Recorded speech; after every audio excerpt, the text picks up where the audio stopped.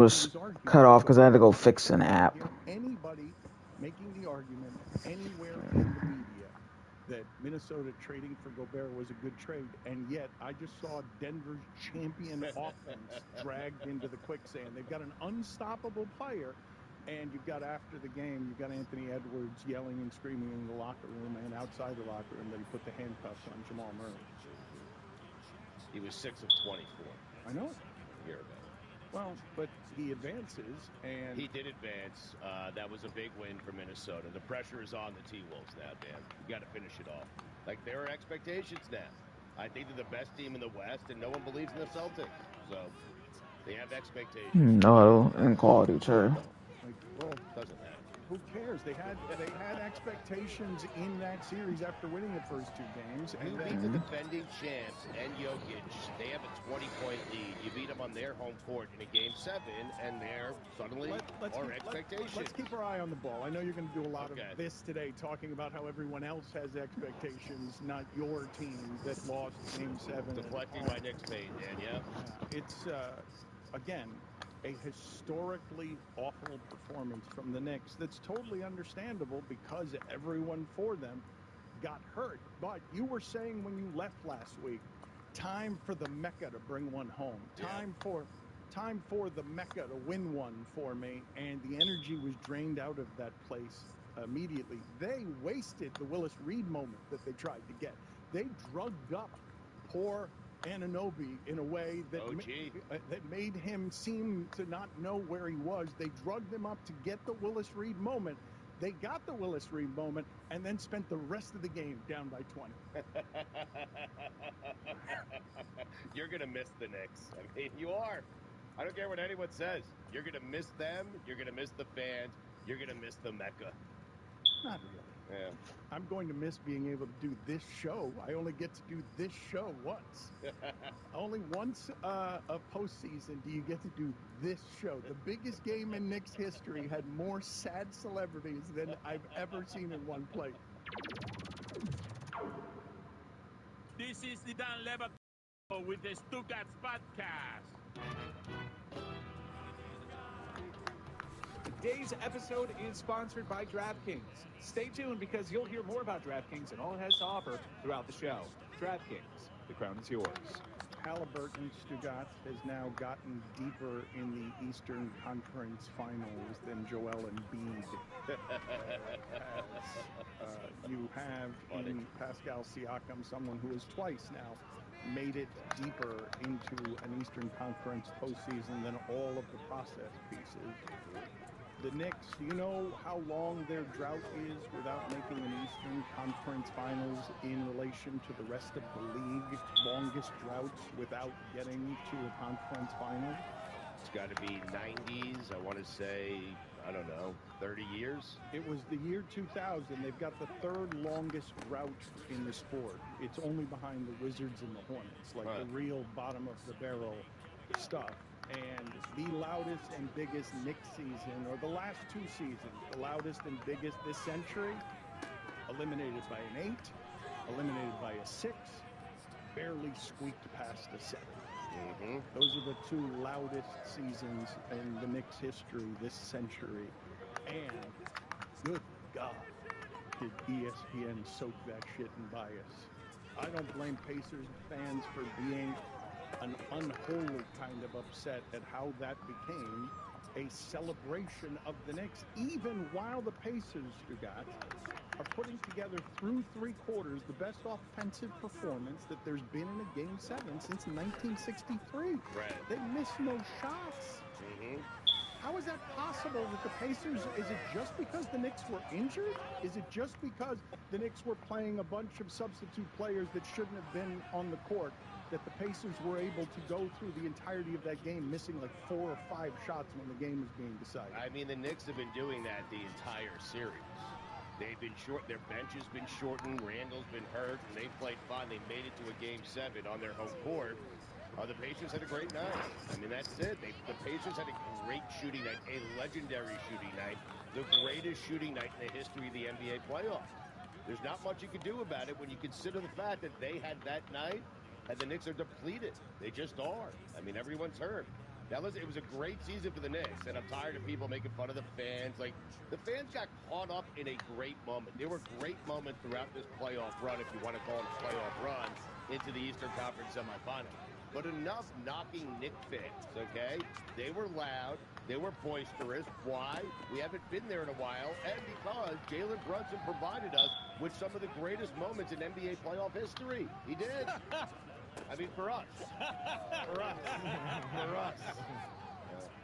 I deserve it. What happened to the Mecca being hard to play in, and you don't want to play in there in Game 7 and the 6th seed? This is why you don't want Game 7, Dan. Scared. Right. Well, if you have confidence in your team and you're better than the other team, you should win Game 7. We had no confidence in our team. What we had confidence in was the Mecca, was the fans, was that building. There is food flying out of my mouth right now. The Sphere, Dana. What happened to the Mecca being a hard place to play? And It is a hard place to play. It wasn't yesterday. I mean, that's a pretty good time for it to be a hard place to play. Yeah. That would have been a good time to summon whatever that is. The Mecca choked, Dan. I mean, It was awfully quiet is all I'm saying.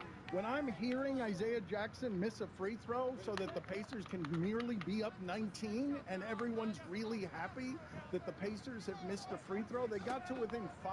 Oh, that run, though. That building was rocking.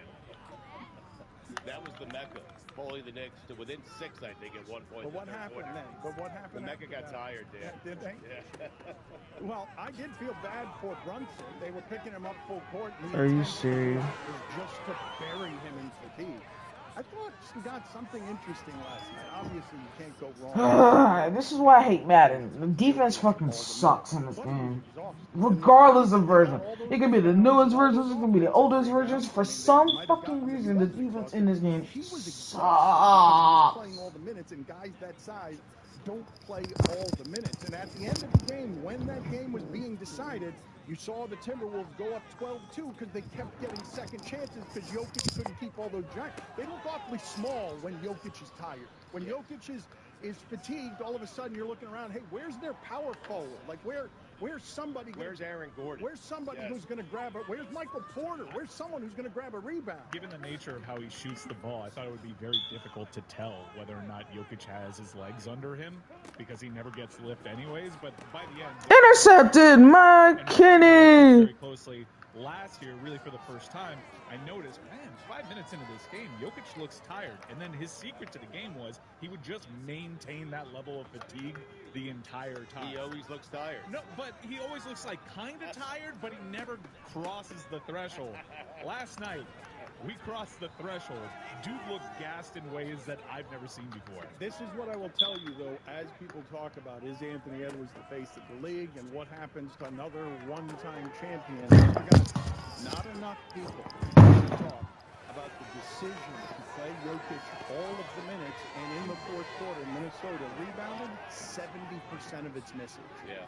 Like, when they come back from 20 and Denver can't score, because Denver being in that series, Stugotz, because of the Minnesota defense, the 30th ranked offense, if we put what they did in this series in the regular season, they would have been one of the worst offenses in the league. They don't do well when they score fewer than 100 points. How is it that we don't get more expertise in the coverage that focuses on defense while we obsess about offense all of the time, Stugotz? Who wants to focus on defense? Well, that's the reason Minnesota won, though. Like, you might not want to focus on it. You can focus on all the other reasons that you think they won, but the reason they won is because they wore the hell out of Jokic with their big people, just like Juju. That was a dumbass question. Juju's dancing. Juju, don't throw your hands up as if you haven't been dancing for 7 minutes. I mean, Dan, you're making a humble participant here, guys. I'm just happy to be alive. Sure you are. I mean, you're making a great point. The Nuggets had 37 points in the second half. Think about that. 37 points in the second half. Well, I want to ask you something about how the sport is changing, because I will say to you, get used to the idea that a team will come back from 15 down in a Game 7. That's the first time that that's happened. It's the first time it's happened on the road, but get used to that. Once the three-pointer becomes that kind of important, you're going to get these wild shifts in scores, because it didn't mean much that Denver was up 58-38 in the first half. It didn't mean much that Barkley and others were saying, get Gobert off the court because he can't do anything to defend Jokic. But clearly, them throwing Reed, Karl Anthony Towns, and Gobert at Jokic presents a set of problems that no one else in the league can present for Denver. Nobody makes Denver look like that. Miami with Bam Adebayo did some of that last year and didn't have the offense to overcome it and lost in 5 games. That's not something that you see from a championship level offense. And the thing that I wanted to ask you that's also changing now, the era of the super team was great for the winning of championships. But now, in a sport that is traditionally super predictable, you have a 5, a 6, a 3, and a 1, and you're going to have your 6th champion in 6 years. And each time they win the championship, they tend to break apart, too. Toronto is in no way in any realm what they were with Kawhi Leonard and Siakam. And I always heard that dynasties were seen as bad for the sport, but I don't think I was this is trying better. to I like it. I wouldn't have liked I was Jokic trying to winning get 3 or into the 4 end straight zone titles. before I that don't think that would happened. have been fun for anybody. I think it would have felt a little bit like San Antonio winning the titles, where people, boring. Lil Wayne can't even explain. He's just like, I don't like Jokic's game. I don't like watching any of that. That's not for me. That unstoppable excellence. That's not how I want basketball to look. Is 6 champions in 6 years good for the sport? Ratings would indicate no. I know that they're in a different place, but sports across the border are up, and the NBA is struggling. Some of that's due to the sport changing, but the poison that met the super teams such as the Miami Heat and the Golden State Warriors kind of scared players away from it. It scared Kevin Durant away from winning other titles because he wanted to do his own thing, and not a lot of people are comfortable being the bad guy. I don't think this is great in a vacuum when you had the Spurs having their run, Lakers mixed in there, the Heat, dating back to the Rockets and Bulls. You always long for a day where there was a little bit more parity in the sport, and now that we have it, I'm not sure I love it. You guys sound like losers. I am one. Jokic had 4 rebounds in the second half. 4 in the second half, and they just came at him with wave after wave of just giant bodies. I understand what you're saying. He was tired. They wore him down. They have 3 guys they can throw at him. He did have 34 points and 19 rebounds understood. in a game 7. I know, but Stugotz, their offense was bad. I know. And it doesn't matter if you're getting to 90 points against the number 1 defense in the sport. You're going to give up the 20-point lead. You allowed way too many second-chance shots. And Denver's championship was over the moment that Rudy Gobert hit that turnaround jumper. There we are. I am going to tell my grandchildren's children about the night Rudy Gobert shot a ball into the heavens, and it came down, not touching the net. It was unbelievable. It's the way. I did not have Jokic being slain that way. If you could have predicted for me all the ways, if you had come to me, I don't know, 24 months ago and said, look, this is what's going to happen. This guy who keeps getting played off the court because he no longer fits. He's a dinosaur trying to fight against fighter jets. It doesn't fit on the court the way the sport is changing. But this is what's going to happen in a couple of years. Jokic, who's a 3-time MVP, is going to put down his sword because Rudy Gobert is hitting a turnaround jumper that he's floating higher than the shot clock because he's panicked and there's nowhere else to put the ball except throw it toward the basket because the shot clock is expiring. Enjoy your horses. But you tell me, if you're Jokic in that game, but think about this, though. You're exhausted.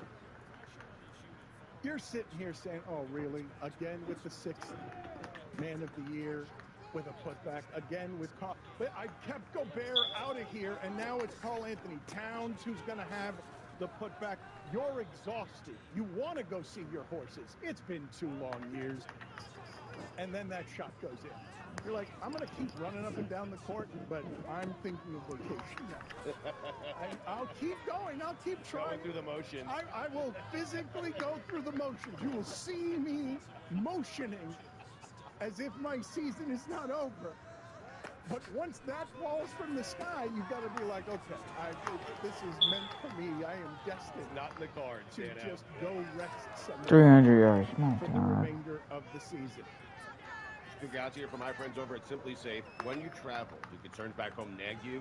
Lock up, leave a window open. That's why I recommend investing in Simply Safe Home Security today for award-winning security and peace of mind wherever your summer plans take you. I've had Simply Safe in my home for many years now. The peace of mind it gives me, especially during the summertime, when I'm all over the place, is incredible. Because I know the things I care about, the things I value back home.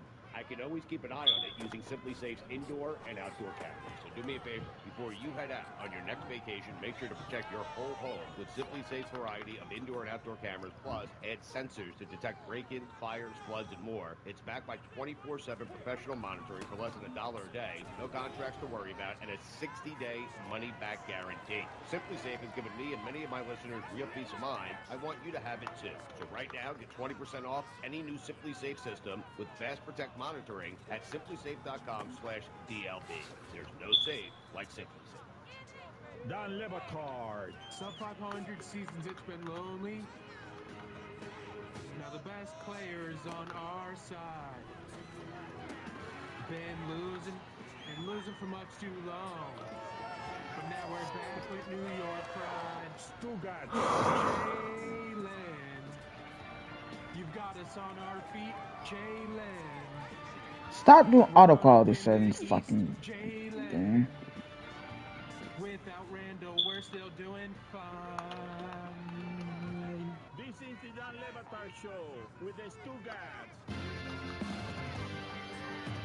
But getting back to Stuttgart's... Oh, you've got to be fucking serious. New York Knicks, they wasted the Burks game.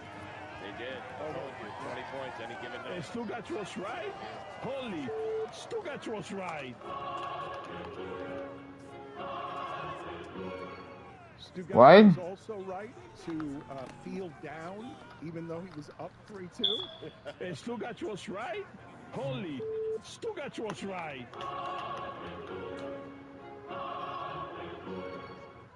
The thing that's crushing is to have the expectation of Really? this is going to be the most electric building we've had this century. Give up a fucking touchdown to the goddamn rookie. All game long. To a fullback? Are you fucking serious? Again and again by Miles Turner. By shooting. Whoever that was on the front row, they did this. To whoever Tyrese Halliburton was talking to, I didn't know if it was Sam Morrow, I don't know who is, but that person is responsible for the Knicks' demise. I'm saying it on wax. And all those funny people from New York we brought through this show, and to all be undone by Andrew Nembhard. Right, I hope we got Mero, Sam Morrow, everybody on here today, right? Sam Morrell is going to be on here in a little while. Yes, I'd like to circle back, though, on East Coast bias, and I've been talking about this for a while because one of the places that I saw this change was on Pardon the Interruption, where I see Michael Wilbon tucking his Cubs jersey into his jeans and going out there and throwing a first pitch, and I was like, oh, okay, we're doing the sports journalists are allowed to have allegiances thing. That's the day journalism died, It is. Put it on the poll, Juju at Lebitard Show. When Wilbon threw out the first pitch of the Cubs game, is that the day journalism died? But yesterday on the show, and I'm not going to go back into the well that I've gone into very often that gets people upset about how the power shift has changed at ESPN, but at least You've got to be serious. Because Stephen A. Smith is a very public Knicks Mm. fan. The coverage of that game beforehand, was Spike Lee and motivational speech from Stephen A. Smith as a Knicks fan, and there is celebrating all things New York the same way that the big networks celebrate the Cowboys and the things that get ratings. But to me, if I'm a Pacers fan, the part that pisses me off is the last 4 minutes of that game, a historic game for the Pacers, Only Green every once in a while would bring it back to the Pacers. It was the Knicks that they were talking about the whole time. And if I were a Pacer fan, I'd be mad at how slanted that coverage was. But Pacer fans won the series. They're moving on to the Eastern Conference Finals. They have the last laugh. Who cares about that? The story yesterday, win or lose, was about the Knicks. It was about those fans. It was about that building. That was the story headed into the game. The story changed once the game got started. But before the game, what do you want ESPN to cover? The Pacers? Scott, when you say who cares, sports fans care about perceived disrespect. And this was disrespectful. Like, I'm not a fan of either of the teams I'm watching. I see one winning, the other losing, and the one that's being talked about is the losers, as if they're the winners when they shit the bed at home, although there were valid reasons. I saw it on Awful Announcing. Bob Myers was asked at halftime, what are you seeing from this Pacer team to come out so electrified in that first half?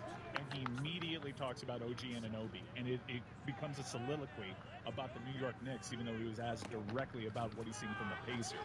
You tell me how I'm supposed to feel if I'm a Pacers fan, and this is the third different roster that's made it to the Eastern Conference Finals, and you're still talking to me about the Knicks, who have the longest drought outside of the Wizards and Hornets.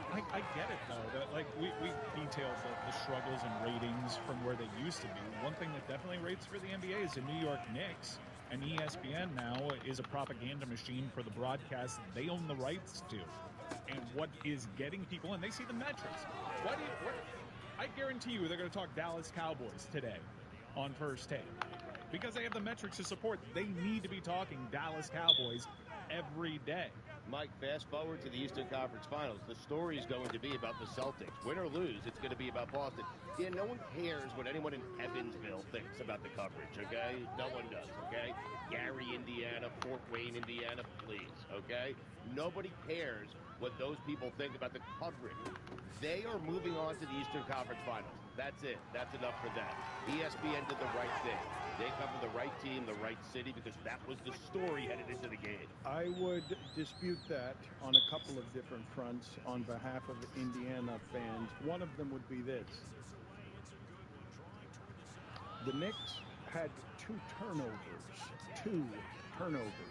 while getting slaughtered in that first half. The Pacers got one free throw.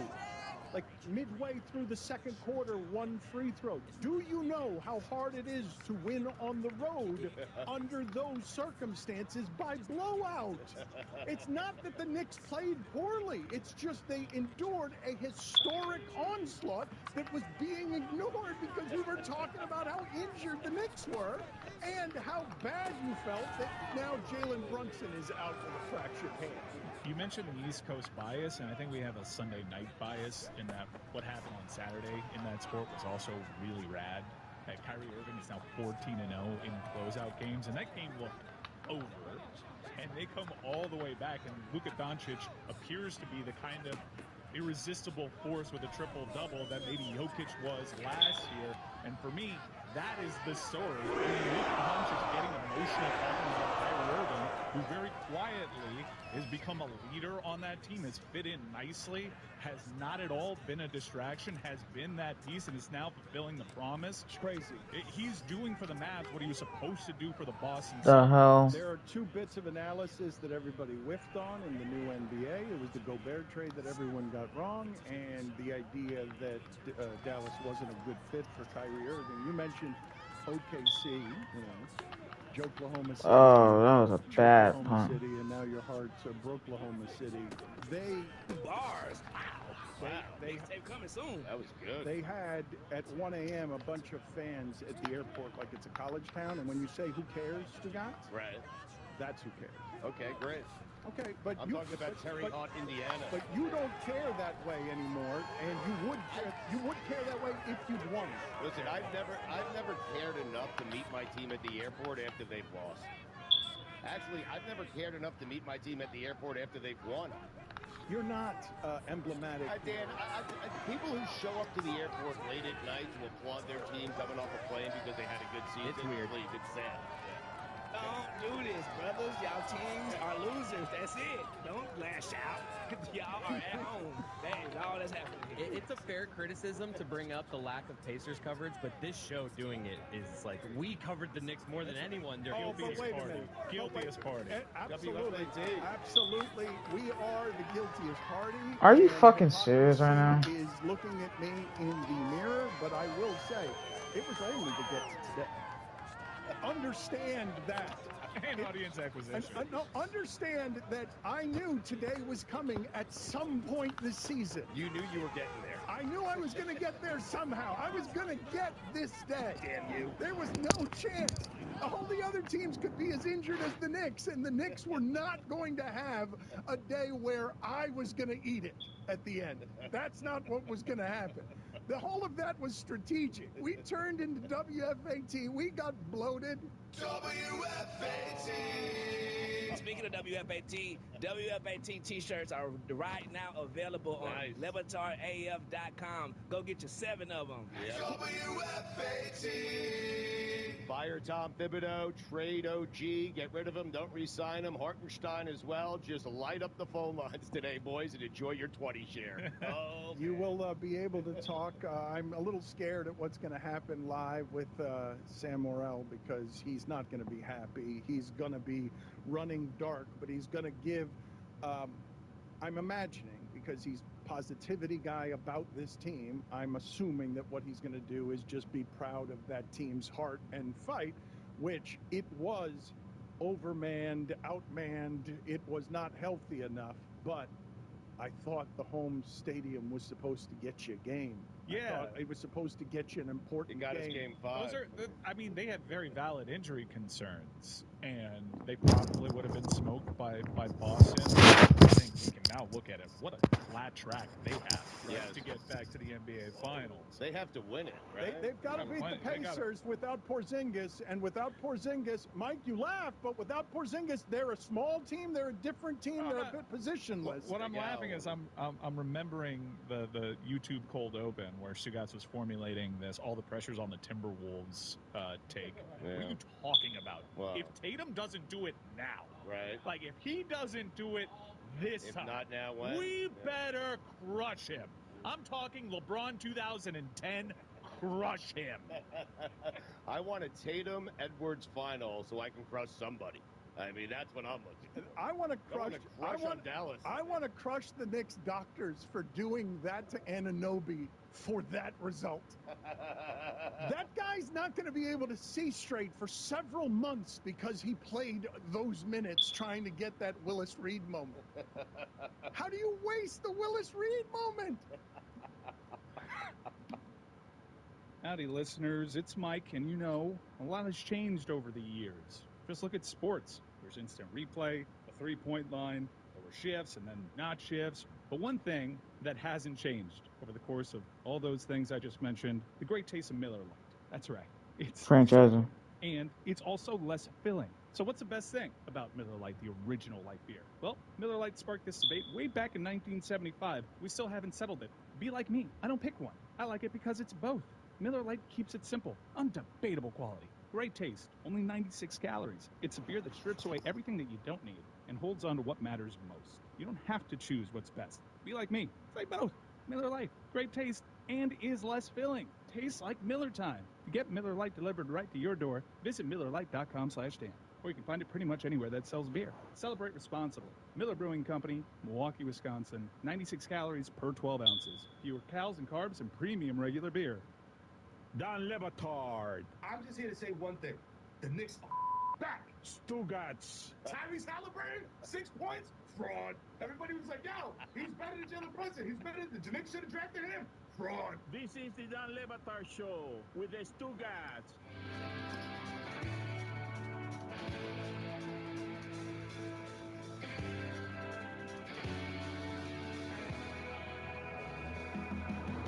I don't believe, in all honesty, Stugotz, that you can have something happen to your team when you're going in with the expectation of the Mecca will win us one. It's a game 7. the Mecca will carry us even though we're undermanned. I don't think there's something that can neutralize that more than me saying this sentence. The Pacers had more points through 3 quarters. Don't act like what us white folks don't know. I may look better, but I think I have more whiteness in me than I give myself credit for. Motivated by the epic fart after Game 5. The only thing that differentiates me from other people, other black folks that have whiteness in them, is because I'm just shy. Together a historic shooting performance. What happened between Game 1 and the rest of the games to Halliburton? Because I didn't want to object to the expertise of Steven Jackson and when they said he's not a number 1, but when he was healthy this year, he looked to me like a number 1. He looked to me like someone who could shoot from anywhere on the court, even though he's a distributor, and I'm not sure going forward if I'm willing to say that Halliburton's not going to keep getting better, given that he tried to come back early from injury just so that he can hit that performance bonus that he has if he's all NBA. If you're all NBA and you're the lead player on a team, like the Pacers, a team that's in the Eastern Conference Finals, you're a number 1. You think he is a number 1 or can be a number 1? I'm saying that I would like that. He is he's the number 1 on that team. Yeah. I would like that at the top of my team if they're going to play that way. If the way they're going to play is be the most explosive offense for a game, Dan. You losing for 20 years. It's been all season. This is the fucking truth, like, I asshole. That, but what they did in even with that said, what they did in Game 7 was historical. It was amazing. Scott, Halliburton's younger than the entire Knicks core. He's a really fun player to watch catch fire because of the nature of his shooting form. When he starts feeling it and it just bombs away with such a high arch on it, it is really fun to see. It's one of the many evolutions in the sport that continues to confuse me. How it's a good shot for a guy to roll to his left on the 3-point line and just throw up some Gobert bullshit that just sky raindrop, and then it's in the basket. And you're like, what the hell is that? But you ask, how could he be, or is he a number 1? And you think he's a number 1, Danny? He had games where he had 8 points, 8 points, 15 points. The only reason I don't think he's a number 1 is just because the top 12 number 1s are so good that they make it so that we're spoiled that guy's range, because Scott, the sport has changed. Yeah, I told those motherfuckers. I was just see y'all motherfuckers on Game 7. Differently than others, and by the way, he loves assists, but he is the centerpiece of why it is that offense does what it does. But they also traded for Siakam because they knew that he needed something. You gotta be. I get about 40 points to the fucking Jaguars. You gotta be serious. What you did at the start of the show, where you mentioned Tyrese Halliburton made it to a conference finals before Joel Embiid. I got this from a Pascal Siakam Stan account. It says Siakam Spin D2. Embiid was drafted in 2014. Pascal Siakam was studying to be a priest in 2012. Found basketball, got drafted in 2016. Won a G League Finals MVP, was a role player. Oh, wow. Most improved, made his first conference finals, won a championship. So he's a 2-time champion. He won a G League championship and an NBA championship. All before Embiid went to his very first conference final.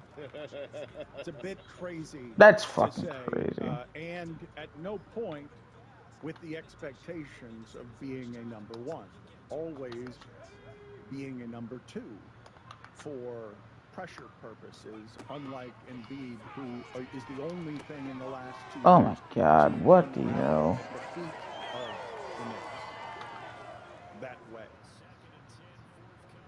To see the Sixers not advance into these Eastern Conference Finals, when if I put that Sixers roster next to that Pacers roster, and I'm giving you a coach in the Pacers, Stugotz, who hadn't won a playoff series since 2011. Right.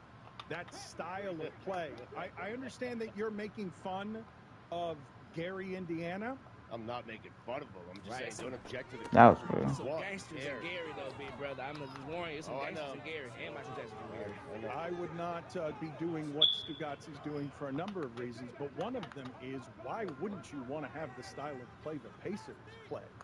I would love to have the style of play of my team. In fact, I'm willing Cowboys to say is that style of play, just aesthetically, Give me a 6 seed that plays that way instead of a 2 seed, just for my team that plays like the Knicks. If I know that neither of them are going to have a chance, but one of them's going to have a chance if they make all of their threes on a given night.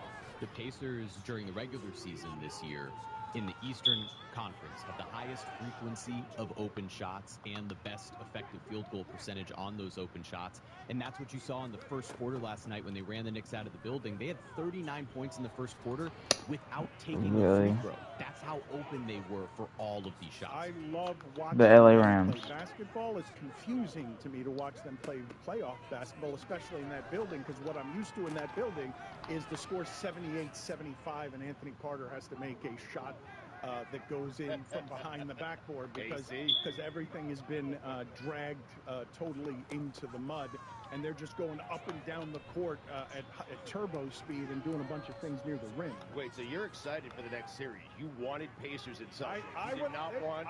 If you give me a choice, excuse me, Stugatz, I'm sorry, but I would have liked just to see what Atlanta and Indiana could do against Boston, because give me the games in the 120s and the 130s and the 140s. Don't drag it into the mud. We haven't mentioned the secret weapon, the most powerful weapon in Indiana. Timothy John McConnell. When he starts pumping up the crowd, when he makes all of his points are loud as hell. His rebounds is loud. His charges he takes is loud. Salute to Timothy for keeping them boys in line.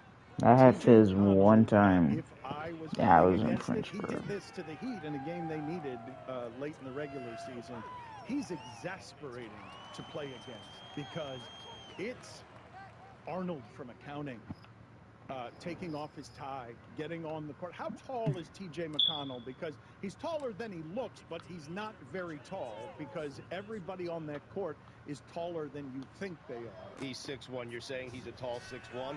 I'm saying that next to you, he would look very tall. On that court, he does not look very tall. He'd be taller than most of the people who work on our show.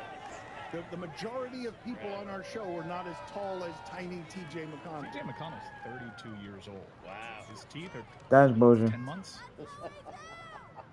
He's got a perfect haircut at all times. It looks like he just stepped out of the shower. And I don't Or the understand. dentist office. I don't understand how everybody isn't blocking. Let's validate a How parking. all of those mid-range jumpers are going in, because that is a lifetime of survival of the fittest. That guy has learned how to shoot over the outstretched fingers of someone taller than him since he was a toddler. That guy's been working on that for the last 30 years. The hands near him don't bother him. And it is exasperating to try and play defense against him, because what's he doing? Oh, he's in the key again. There's another 8-footer from T.J. McConnell. I've guarded all the other people who look like basketball players on the court, but the guy who's an architect got me with a mid-range jumper. And I'm exasperated. How did we feel about celebrity sadness yesterday? Photos of Spike Lee. I timed it perfectly, and they still didn't give me the fucking animation. Embarrassing moment. Chris Cody, who did you see out there that gave you a feeling as a Heat fan of the only good feeling left for Heat fans? It's rooting against other people to lose. It was between sad Spike Lee with his hands under his chin, or it was Jon Stewart just looking like he was about to cry. John Starks trying to be the official a few times in the game was also funny, trying to make calls that were clearly wrong. Their alumni row is really funny. Yeah. Just because it's a bunch of guys that didn't do it either. Marcus Camby. Correct. Yeah. But they went to the fun. I saw Marcus Camby described as Knicks legend, and I was like, ooh. I mean, that's all we got. Legend is doing a lot of work there. I think so. Put it on the poll. Those losers on the screen. Put it on the poll, Juju at Levitard Show. Is Marcus Camby a Knicks legend? Nah. Or no? Because I really do feel like we're diluting what the word legend means. The most legendary thing, salute to Marcus Camby. I'm a big Marcus Camby fan. But this is just outgrown everything. The meme with him doing this. The Camby man. That became like a Heat Twitter rallying cry, the Camby thing. Speaking of the Heat, Dan mentioned that Heat fans are rooting for other teams to lose. Indiana and the Celtics, Mike, because you have a history with both those teams. Who would you rather see advance here? Oh, Indiana. Yeah, Indiana. I think it would be really funny if Boston fails again. And I'm not going to let Mike Scherr do what he did his last appearance, which was try to couch that making it to the finals would be good enough. No, this franchise has only won one title while I've been alive. They got to do it. Not only won one title, right, Stugotz? This is not unlike what the Cowboys get in football, where they get all of the great broadcasting. Same players, was just a different formation. Star on the helmet, even though it didn't produce very many titles after after Troy Aikman. The people who have eaten off of that one title, whether it's Kendrick Perkins or Doc Rivers, when you can make the argument that the one title the Celtics have won this year represents, or this century represents an underachievement from what is supposed to be our most historic franchise. There are a lot of people who've gotten good jobs off of the one title that they've won and gotten media careers because they basically won as much as Kawhi Leonard won the one time, as much as Jokic has won the one time. It's pretty impressive to see the amount of work that Doc Rivers gets, despite all the other failure around the one title. He's got 7 good jobs off of that title. Yeah, I gotta say, watching the Pacers, nothing really bothers me because all those players can win.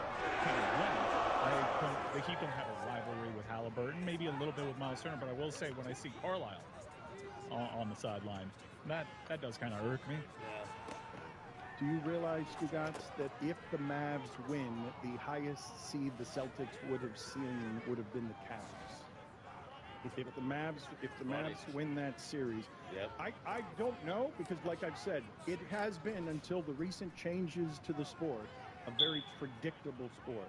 But 5, 6, 3, and a 1 as seeds, I don't remember the last time I saw that. And while I think the Celtics have been overwhelmingly better than everyone all year, not without Porzingis. They really need Porzingis in order to win the championship. Howdy, listeners. It's Mike, and you know, a lot has changed over the years. Just look at sports. There's instant replay, a three-point line, shifts and then not shifts. But one thing that hasn't changed over the course of all those things I just mentioned, the great taste of Miller Lite. That's right. It's so good. And it's also less filling. So what's the best thing about Miller Lite, the original light beer? Well, Miller Lite sparked this debate way back in 1975. We still haven't settled it. Be like me. I don't pick one. I like it because it's both. Miller Lite keeps it simple. Undebatable quality. Great taste. Only 96 calories. It's a beer that strips away everything that you don't need and holds on to what matters most. You don't have to choose what's best. Be like me. Try both. Miller Lite. Great taste and is less filling. Tastes like Miller time. Get Miller Lite delivered right to your door. Visit MillerLite.com/date. Or you can find it pretty much anywhere that sells beer. Celebrate responsibly. Miller Brewing Company, Milwaukee, Wisconsin. 96 calories per 12 ounces. Fewer calories and carbs and premium regular beer.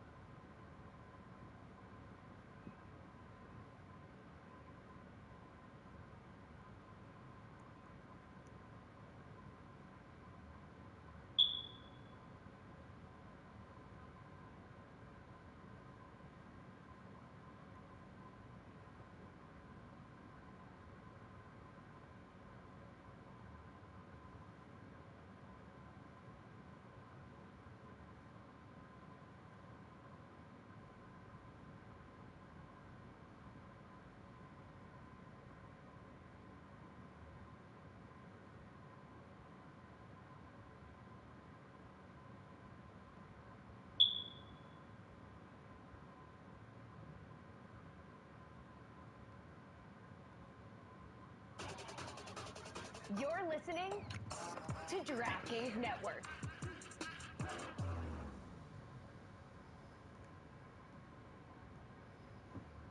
Now's a good time to remember where the story Thank of tequila you. started. In 1795, the first tequila distillery was opened by the Cuervo family. And 229 years later, Cuervo is still going strong. Family owned from the start, same family, same land. Now's a good time to enjoy Cuervo, the tequila that invented tequila. Damn my damn show, damn it.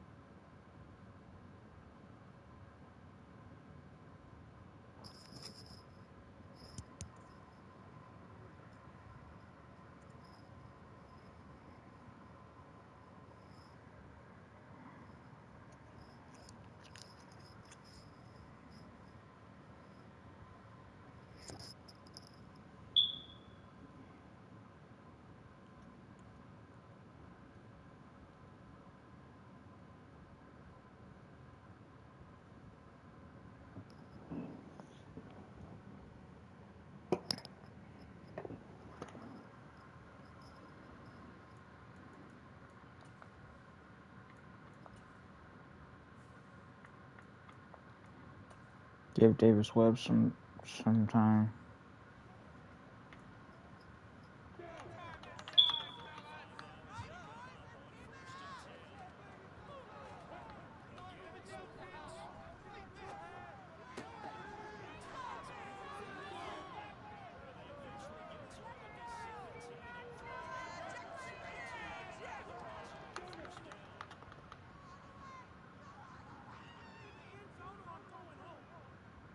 Yeah, shut your ass up. The hell?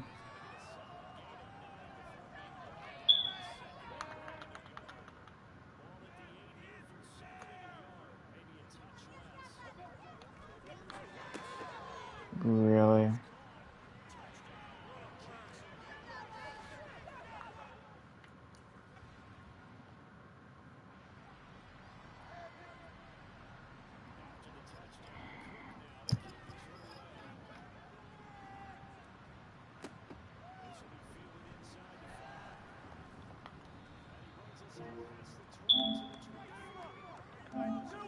Marks owned by Bickley. SAB the CD. Copyright 2024. Proximo. Jersey City, New Jersey. Please drink responsibly.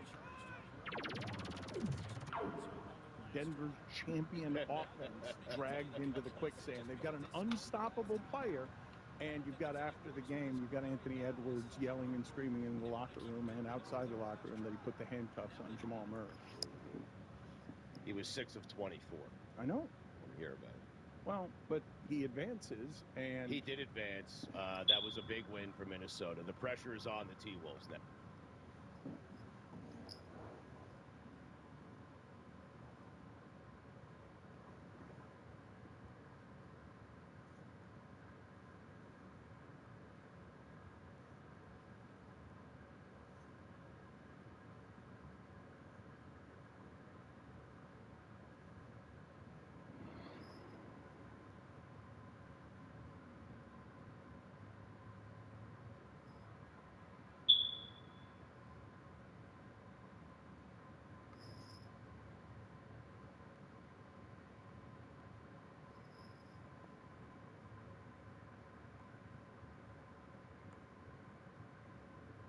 Fermented tequila. Go to Cuervo.com to shop tequila or visit a store near you. Cuervo, now's a good time. Trademarks owned by Beckley. SAB. This shit is really stupid, bro. Jersey City, New Jersey. Please drink responsibly. Welcome to the Big Suey, presented by DraftKings. Why are you listening to this show? The podcast that seems very similar to the other Dan Le Batard podcast. I'm sorry, I'm not going to apologize for that. In fact, the only difference seems to be this imaging. I have been tempted in restaurants just walking past tables to grab somebody's fries if they're just there. That was a slow ass move. And now, here's the marching man to nowhere, that face, and the habitual liar. This is a dangerous proposition. Sam Morrell cannot be happy right now. He is proud of his team, but he runs dark, and the last time we had him on after a loss, it was just simply dangerous. And he's got a sly smile on his face, and I've got to be honest, I get scared when he's got a sly smile on his face, because what can come from behind that mask is dangerous, and he was professional. And it can be funny and sharp, but it can also be violent and unpleasant. And he'll burn everything here down. He doesn't care, because he is hurt today, I imagine, but proud of his team. He's our senior Knicks correspondent. He's the commissioner of fandom. He's got shows coming up in Lexington, Kentucky, in Southern California, in Atlantic City, Rochester, Baltimore, here in Doral, in Miami, and same time tomorrow is the Netflix special. Brutal the way that went down yesterday, Sam, in that you know that building hasn't felt like that in a while, and then Anunoby comes out all drugged up, and you get what you need from him and can never get back into the game because the Pacers put up a historic shooting performance. Well, look, Anunoby, I give him a lot of credit for coming out there, but you just said get what we need. I mean, you know, it's like popping a Viagra and giving you 2 pumps. You hit 2 shots, but it wasn't, you know, it's not the difference maker. He gave us 5 minutes. He couldn't walk. So, you know, anyone who says this Knicks season wasn't a success, including Jalen, we're very proud of our team. But you can't say this Pacers team, although a great shooting team, would have beat the Knicks if they were fully healthy. Taking 7 games to put us away, missing, what, over half our team? Stop shaking your head, asshole. And then... Stop shaking your head, asshole. Which one of them? One was shaking his head right there. That was you. Good to meet you, brother. But I cut clips of you calling Joel Embiid soft as hell. He had a bad eye, bad knee. Wow, are you fucking serious? Come on, bro. Now that y'all lost some damn injuries, now you want some sympathy. Get your ass out of here. One guy was good enough to put up a 50-piece. The Knicks were missing 6 players by the end of this series. If you put on Ocean's 11 and there's no Matt Damon, no Brad Pitt, you're just like, what the hell? This movie's not as good. No shit. We're missing over half our rotation. OG was the answer on Pascal Siakam, and he couldn't put up big nights against him, but once Josh Hart is guarding him, no shit he's going to get cooked in the post. He's much shorter. So, yeah, I'm sorry the Sixers lost. I'm sorry, Joel Embiid, hell of a player. One injury, but he was able to still play, and you had a fresh whole team. We didn't have Randall. We didn't have, OG this series. We didn't have Mitchell. Injuries are a real thing. All right, well, enjoy having Embiid never healthy for a playoff series, because he never will be. He's Mr. Glass from Unbreakable. The Knicks will be back. I say we run it back. I hope we do. I think healthy, we're pretty damn dangerous, so I hope they keep it together. Cynthia, Isaiah, OG. Cynthia, can you please put together for me a banner that says, no way the Pacers beat us if we're healthy in Game 7, so that we can send it to Sam and have him put it up in his apartment? And Dan, when you said real fans won a Game 7, this is why I told you you're a jerk-off. What are you talking about? Real fans want to win. We wanted to put this away in 6, obviously. I told you I'd be there if there was a Game 7. I was there. Tough game to be at, but I wouldn't have it any other way. Sam, I didn't say that you should want a Game 7. I said that if you have real confidence in being the better team, why would you be afraid of a Game 7 at home? Do you believe that injuries are not a real thing? I believe they're a real thing for everybody who's playing basketball this year, and that no other fan base ever wants to hear about your fan base's injuries. That's fair, but it's a reality. and I think we run it back next year. Hopefully we're healthy. Hopefully we bring back OG and Hardenstein. I think they were important to the team. Sam, Oh I my actually really god. meant this series was over when they went to the OG moment. There's only so many times you can go for a Willis Reed moment. They already had one with Jalen Brunson in Game 2 at the Mecca. And so I knew the series was over when they went for another Willis Reed moment, and OG came out looking like me. Like, he looked like he was 93 years old. He could barely walk, and he hit two big shots. And you know what he couldn't barely walk? When he threw a dunk down on Joel Embiid. That was pretty fun. But I'm a Celtics fan. But, look, he's a hell of a player, and look, bad luck is a thing. It'll happen, and we're grateful for. Here's the thing that's funny is people do have some grudge against New York fans being happy because any other team is this depleted from injury. You're celebrating the resilience. You're like, holy shit, they really fought with half their team, but for some reason, not with the Knicks. Shout out Alec Burks, great series despite us having just no defensive answer for a sharpshooting Pacers team, and we just didn't have the size. We were getting killed inside by Siakam so much, and their shooting was great yesterday. You have to give your hats off to their shooting, but I just don't think they get those looks if we have a healthy OG, if we have a healthy Mitchell Robinson, obviously. I mean, the defense they got good looks on us. They're killing us. Let's play some video here for Sam and see what it is that delights him or agitates him from all of the things yesterday. Let's begin with Stephen A. Smith making his entrance into MSG. And to be fair to Stephen A. Smith, the Knicks didn't have enough healthy star power. He'd be like their second or third most famous Knick. So he should be dressed that way, and he should walk in as if it's his building. But I imagine it made Sam crazy to watch this. I don't care. It doesn't bother me. I mean, it is funny that he looks like a photographer in a safari in the 1950s for some reason. But no, I like that he's fans should be there. I'm glad that we have fans in the building, but I don't think he's good luck. I mean, is anyone arguing that we're like, oh, good, we're good? I don't think it's a great sign that Stephen A's there. I don't think I was like, oh, this is the juice we need to get us over the top. I don't think Isaiah Hardenstein's playing like, oh, good, the guy who never believed in me. I don't think he's helping us. He ain't Ben Stiller or Spike Lee. He ain't like a guy we're like, oh, cool.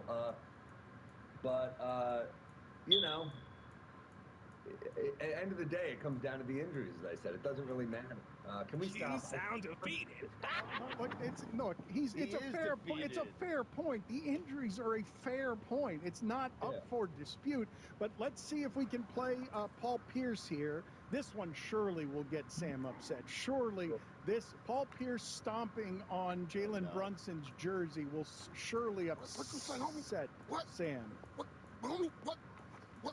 I mean, this guy is. This guy's in his mid-40s. What is he doing? It's just weird. Why does he hate Jalen Brunson? And then he's offended by saying about the Knicks. Paul, keep eating shortbread cookies. You're about 2 packs away from looking like Charles. Come on. No, Dan, it's weird. There's no fat shaming here on WFAT. But it's weird. He has no history with the Knicks. Like, what does he care? Let my boy cook. Paul Pierce. Yeah, I mean, look, I think the last time the Knicks played Paul Pierce and the Celtics in the series, we actually beat him. Touche.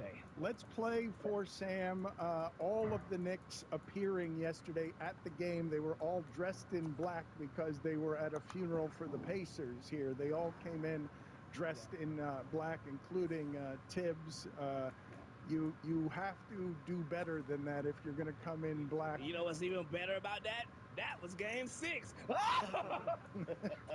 a fun. No, yeah, look, how about Tyrese Halliburton wearing a different outfit coming in than leaving yesterday because he's got no confidence even against a half-healthy Knicks. Tyrese leaves in a Reggie Miller choke shirt. He shows up in, I'm sure, some Prada runway horseshit that looked oversized and ridiculous on him. I didn't see what he came in. but the fact that he had a second outfit in case they won shows how little confidence Tyrese has, even against a depleted Knicks team. So congrats, you beat half our team. I'll give you half a congratulations. Next year, I can't wait to see him again. And I can't wait to cook their ass. Just got to bring back OG and enough of this footage.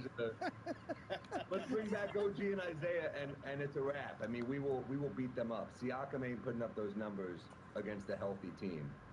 How about 4 front court players missing is insane. It's insane defensively. It's insane for your depth. So. You were in the building, but you probably didn't catch much of the pregame. Some people in Indiana and elsewhere are bothered by how much Knicks bias soaked the entirety of the broadcast. Here's Stephen A.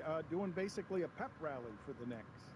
They ain't here right now. You understand what's at stake. It's been since 2000 that we've been in a conference finals. We've waited 24 years for this moment right here. OG Anunoby is back. Josh Hart's going to play. When you talk about Game 7, it comes down to grinding. It comes down to guts. It comes down to who would have been. Come up in here. Come up in here, Spike Lee. You come right here. Come right here. It's orange and blue skies, baby. This is what it's all about right here. This is what we've been waiting for right here. It's Game 7. This is what it's about. Get the hat on. Put it back on it. The New York Knicks. It's about grinding. It's about guts. It's about heart. That's what games are. And 5 minutes just walked by. This is what it's about. This is what we waited for right here. One game, 48 minutes. Orange and blue skies, baby. Orange and blue skies. That is what it's all about, Bob. We'll guard in Game 7. I'm going back to my seat. It's about me. Play that at my funeral. He's not a real, as I've said a million times, he's shown up this year for the first time. So is he a real fan? God, why you show me this, Spike? Poor Spike. It all, man. He's seen it all. Stephen A. Enough about. Well, he hasn't seen a title. He has. How old do you think Spike is? He has seen a title. Well, we haven't seen him watching a title being won. That's because you weren't alive. But it existed. I'm sorry it was in black and white. You also deny the Holocaust? That happened too. No. Yeah, I'm going there, Dan. No, I didn't. I knew this was Feels like a lash out, Sam. I knew you were going to escalate it to there. Yeah. You cannot be trusted to not. All this because he had to count on Alec Burks. Hey, Alec Burks looked good though. You got to admit. I mean, for being this depleted, he did look pretty damn good. You're absolutely Mr. Game right. 7. He's got shows coming up in Lexington, Kentucky, in Southern California, in Rochester, Doral, Baltimore. Same time tomorrow is the Netflix special. Let's leave him with some Tracy Morgan here. Tracy Morgan was very excitable during the game yesterday. This town is going to be fire! Fire! Fire! It's not great. Not great to allow more points through 3 quarters than any team since the 1963 Celtics. It's not good. See you later, Sam. Much love. Howdy, listeners. It's Mike, and a lot has changed over the years. Just look at sports. There's instant replay, a three-point line, there were shifts and then not shifts. But one thing that hasn't changed over the course of all those things I just mentioned, the great taste of Miller Lite. That's right. It's so good. And it's also less filling. So what's the best thing about Miller Lite, the original light beer? Well, Miller Lite sparked this debate way back in 1975. We still haven't settled it. Be like me. I don't pick one. I like it because it's both. Miller Lite keeps it simple. Undebatable quality. Great taste. Only 96 calories. It's a beer that is less filling. Tastes like Wisconsin. 96 calories. Don Lebatov. Wisconsin. 96 calories per 12 ounces. Fewer calories and carbs and premium regular beer. Don Lebatard. World War III. Stugatz. We're going to get that off the ground. World War III, our group chat has a pretty good feeling about this one. This is the Don Lebatard show with the Stugatz. Quiet around here, Stugatz, recently, even though sports fans more than ever, I think, are obsessed with the finances of sport. We've been quiet about what Tua is going to sign for. Jared Goff just got an amount of money that makes him the second highest paid quarterback in the sport after and Jags, after seeing that, are said to be all in on Trevor Lawrence, wanting $50 million a year. And if Trevor Lawrence and Jared Goff, whether they're system quarterbacks in the case of Goff or whether they're undetermined value in the case of Trevor Lawrence, if those two quarterbacks are going to get more than $50 million a year, and now Jeremy Fowler is reporting that Tua has missed some OTAs and is unhappy with the initial. I want to hear your drivel. Tua's going to get more money than people think he deserves. Like, Tua's going to get an amount of money that Trevor Lawrence is going to get and that Jared Goff is going to get, and people react to those contracts the same way they will react to Tua, saying, wait a minute, should he be one of the top 5 highest paid quarterbacks annually, even though he's going to be? Diana Rossini is reporting that Tua showed up to OTAs today, so that's a good sign, I think, for Dolphin fans. Yeah, he's better than those guys. Like last year, he had a better season than Jared Goff. He had a better season than Trevor Lawrence. He led the NFL in passing yards. His rating was 101.1. That is higher than both those quarterbacks. You have to pay the guy. I'm not saying it's right. I'm not saying Dolphin fans should be comfortable with him making $55 million per season. But you have to slot him in, don't you? The stuff that becomes here, I don't know how to answer that question, Stugotz, because we're still talking about a quarterback, no matter how quiet it was in this regard last year, who feels to me like more of an injury risk than the other 2 quarterbacks we're talking about. But he started 17 games last year. Like, that's what we said. The biggest thing headed into next season was, could Tua stay healthy for an entire season? He did it, Dan, and he played well. That is correct. Yes. But if I'd asked you this question 17 games ago, you would have said, hell no. And you would have said, absolutely not. And he's had a year where you're not worried about a concussion happening within a month of another concussion. But there was no quarterback in the sport that we worried more about his health and his brain health than this one.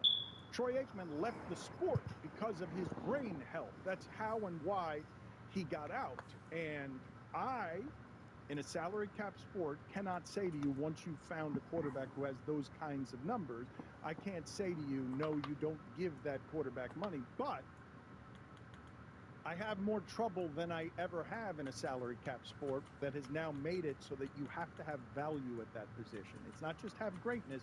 You have to have greatness and value so that you can build out the rest of your roster. I have a real hard time with Jared Goff's evaluation, for example. Let's put 2 over here for a second. All right. Jared Goff, when he was with Jeff Fisher at the beginning of his career, truly terrible, thought he was going to be out of the league. The numbers were so bad, I didn't think he was going to learn anything. Then McVay comes in there and does with Goff what the Dolphins have done with Tua. It's the same sort of thing. Get a bunch of skill guys around him.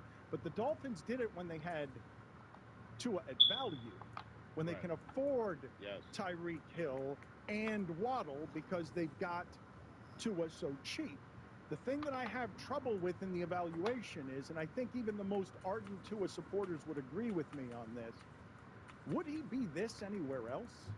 Is there another team in the sport that would pay him this way with the personnel that they have, that isn't the 1 and 2 receiver that the Dolphins have, and a scheme that makes Mostert at $9 million? You only have to pay him, what, $9 million for 20-plus touchdowns, because you know that any running back with speed you put back there is going to get you the numbers. I have a real hard time with the assessment of value when you tell me that Carson Wentz was once the highest paid quarterback in that sport not that long ago, and that Jared Goff is now second. I'd like to think if you put Tua on the Lions, they're good. They have good skill position players that you would see similar type numbers. I do. I think every quarterback that has come up for these extensions, outside of maybe Patrick Mahomes and Joe Burrow, we've asked these questions about.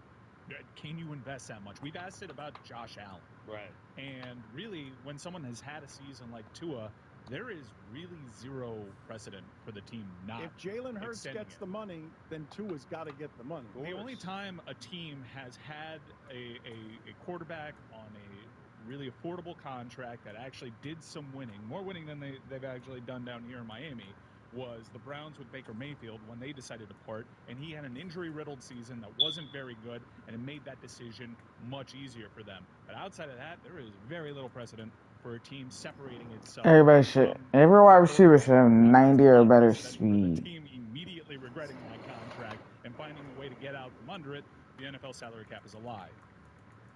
Roy, we have waited too long to talk about some pretty important playoff hockey. I was scared of the Tampa Bay Lightning based on their history. I was scared of the Boston Bruins based on the last 2 seasons. You're scared of the Rangers, I'm scared of the Rangers because they're better than both of those teams.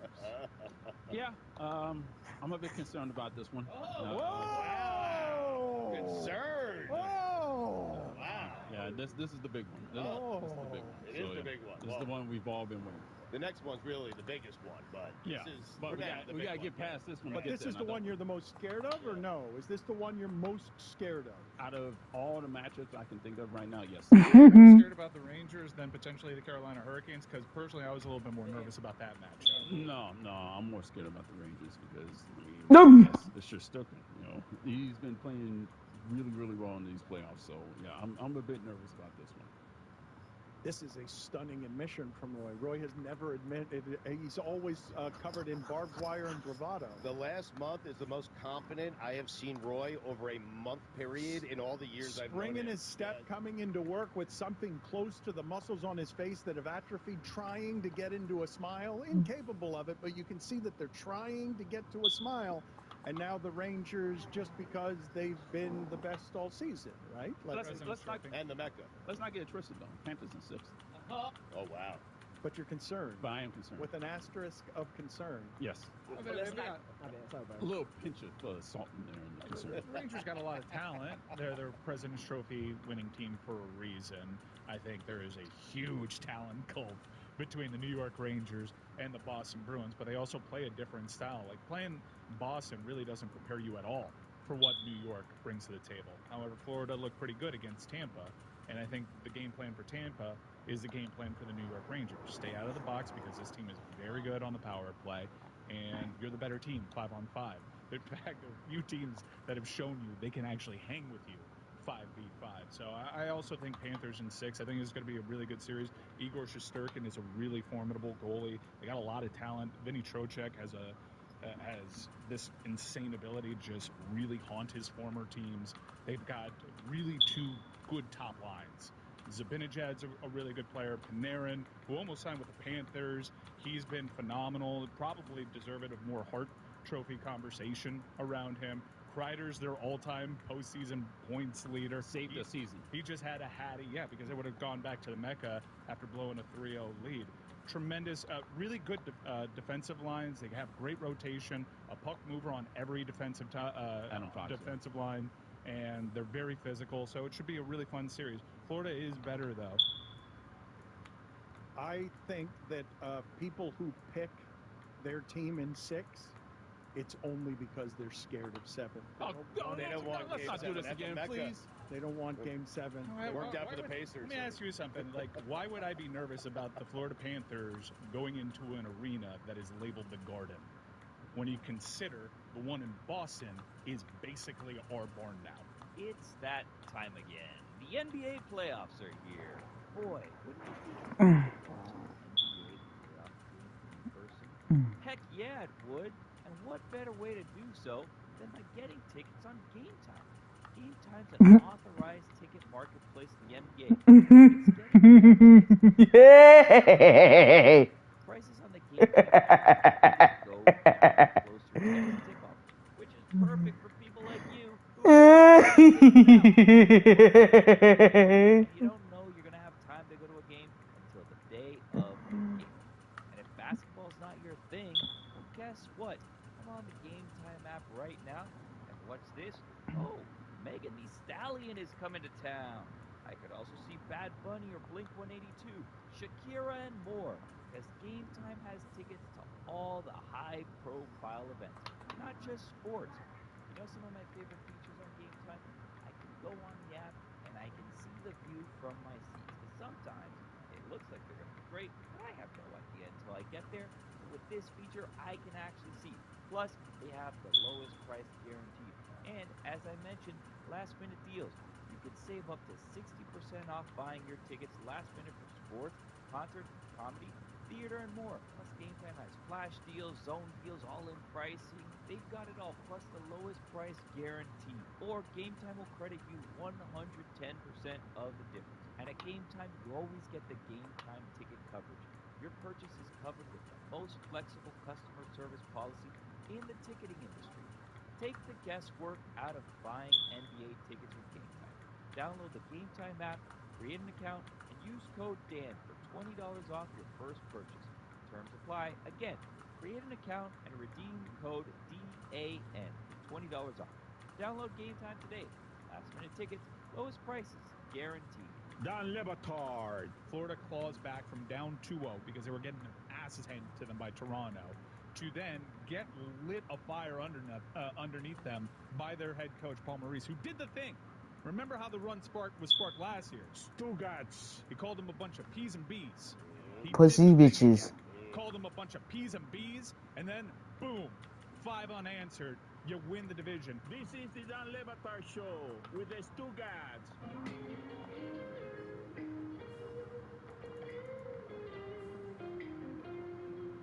Roy looking confident over there, even though there is some concern. Can we talk about Kreider and the lawn situation that he had? He comes home. Do you want this on your lawn after you've scored a hat trick? All of your neighbors have thrown their hats on your lawn, and now in the morning you're getting ready to go to work and stuff, and your neighbors are invasive Jeremy Taché collection by too. throwing all their junk on your. Who doesn't want that? On though? your lawn. He looks great. I mean, It's like Mike Fuentes salute. Also, get a walkway. Yeah. I mean, what are we doing here? That's bizarre. That's a walkway that's usually covered in snow. I want to talk a little bit about the Boston series because those joke people up in Boston decided to throw garbage at the Florida Panthers. Act like you've been there before. This is an original 7 against an original 7. You throw garbage against our team. That is no way to treat your father. Not at all. You do not treat your dad that way. I can treat my dad that way. You cannot. You do treat your dad that way. Chris can treat his dad that way. All right, so not them. I would never treat I think we buried the lead also. We have a fraudulent member, a former member of our cast, Chris Whittingham, who is waving the damn New York Ranger flag high and proud. We need to get his ass on the show this week and chastise him. I've texted him F you a lot over the last few days. But just, if we may, let's concentrate just a little bit more on the Boston series because the Florida Panthers dominated that 6-game series, a 6-game series in which they played well 3 times. 3 poor efforts in that series, one of which they won because that Boston team stinks. Oh, come on. They stink. Let 'em have They're it. bad. They're bad. 109 That team points this stinks. season. A great job during the regular season by Jim Montgomery because when I saw that team on the ice against the Florida Panthers, I realized, holy cow, that team over there in black and gold, they suck.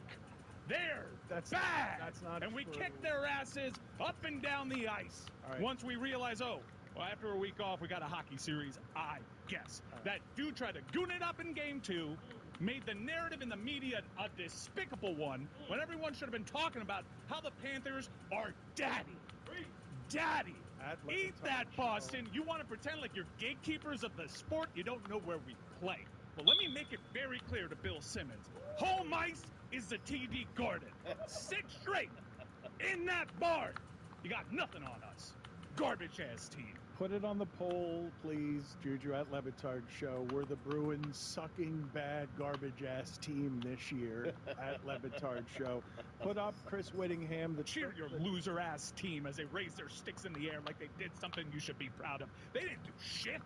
They didn't do shit. Put up on the there on the screen. 2 years running.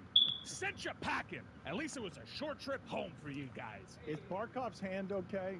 Hey, he showed Bucci Main both hands. He took a puck. I gotta say, Boston was probably going to win that game. Were not for Barkov. Yeah, because Barkov absolutely saved that game. That was hand of God situation. Yeah, that puck was absolutely going in. But that's the Selke winner. You know, I haven't heard you. We're this far into the show, and you have not congratulated our captain Sasha Barkov for winning his Selke Trophy, the second in his career. I love you asking if Barkov is okay, and Mike's response is he showed Bucci both hands. I mean, what do you expect him to say? No, my hand's broken. Is he going to take? Is he going to take face-offs? Is the real question. He's great at them. He dominated Tampa on the face-off. Matthew Tkachuk said Sasha Barkov is the best player on the planet right now.